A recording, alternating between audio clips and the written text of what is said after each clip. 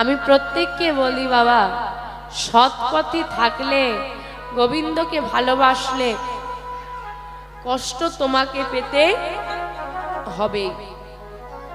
তা বলে অসৎ পথ কোনোদিন ধরো না, সৎ পথে থাকো। মনে রাখবে, একটা তেঁতুল গাছ,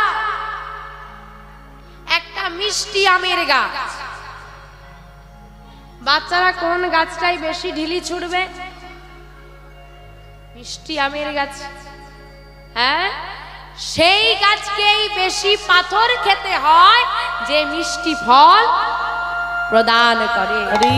এই জগতে তাকেই একটু কষ্ট পেতে হয় যে সৎ হয়।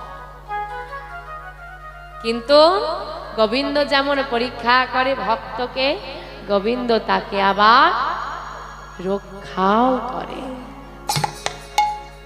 আমা এই যে বাচ্চারা দুষ্টুমি করছে, ধরো তোমার সামনে কোনো একটা বাচ্চা দুষ্টুমি করছে, তোমার খুব বিরক্ত লাগছে, তুমি কি করবে? বসতে বলবে, চকলেট দিয়ে ভোলাবে, চুপ করাবে, এর থেকে বেশি কিছু করাতে পারবে? ওটা যদি তোমার নিজের বাচ্চা হয় কি করবে? খুব দুষ্টুমি করছে, কি করবে? এই দিল দুমদুম করে দিয়ে বসিয়ে দেবে।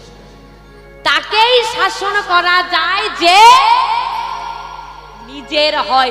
ভগবান তাকেই পরীক্ষা করে যাকে সে আপন করে নেয়।